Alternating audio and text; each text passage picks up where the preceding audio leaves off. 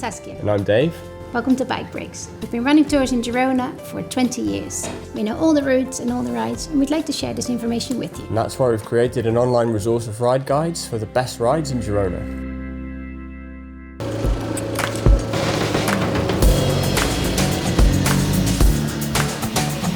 Today's ride is famous. It's all about the long climb to Rocacorba. Rocacorba has become iconic. It is a very good climb and it is now a very important part of the Girona legend. You have to include Rocacorba. From Girona it's an out and back route and you'll need to allow 4 hours. It's 77 kilometers long with a total ascent of 1,426 meters.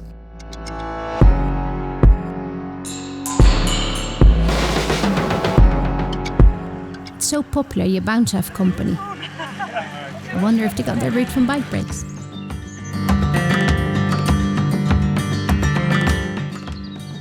The run into Rocacorba is benign, flat and pleasant.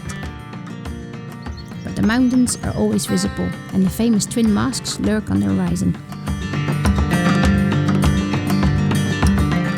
The climb proper is 14 kilometers long, but with a flat or flattish start, the early markers will flash by.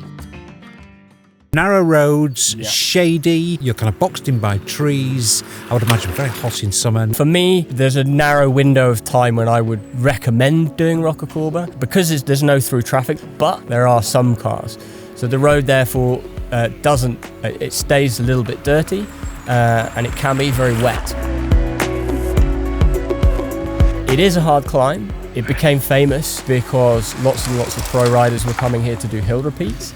If you don't want to test yourself on this climb, there are lots and lots of options in Girona. It has become iconic, but it doesn't necessarily mean that it's a must-do ride. A lot of cyclists will want to do it, they'll have heard of it. Let's concentrate on the climb itself. There's lots of different segments on Strava. I think the one that most people consider to be the official, in inverted commas, segment starts 10Ks from the top. But then the 10Ks, from there it ramps up very steeply, it's pretty hard. If you're not going for a time, there are a couple of things worth pausing to appreciate on the way up. At San Nicolau, there's a little Romanesque chapel, just a little bit about around halfway up the climb, and there's a natural spring there where you can stop and fill your bottles. Around here is one of the few spots on the climb where the trees open up, allowing views to the distant Pyrenees and the masts still above. If you are going for a time, what's a good one? Rocacorba has definitely got a lot of stats attached to it. I've seen a range of times from 3 hours to kind of the 30-40 minute range. Definitely the two things. The first thing is to beat an hour, and the second thing is to beat your age. The unofficial record for the 10Ks is 26 minutes. I think on Strava it's around 28, 29, something like that. But yeah, it's a very challenging climb.